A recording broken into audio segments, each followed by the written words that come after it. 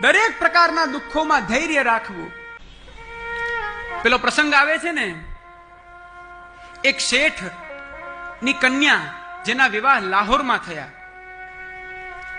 શ્રી ગુસાઈજીની સેવક લાહોરમાં વિવાહ થયા.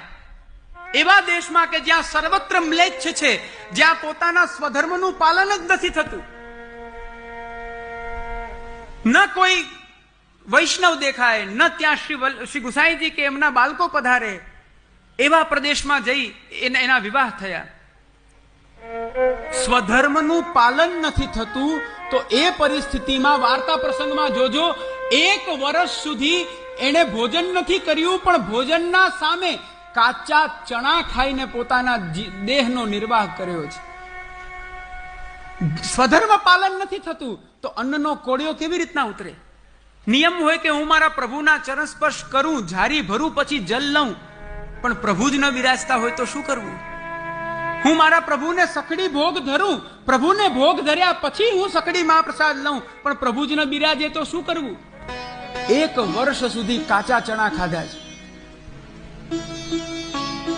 આનું નામ ધૈર્ય. ધર્મ છોડ્યો નથી, ધર્મ ભૂલ્યા નથી, પણ એ કાચા ચણા ખાઈને પણ શ્રી ગુસાઈજીનું સ્મરણ કરતા જાય છે.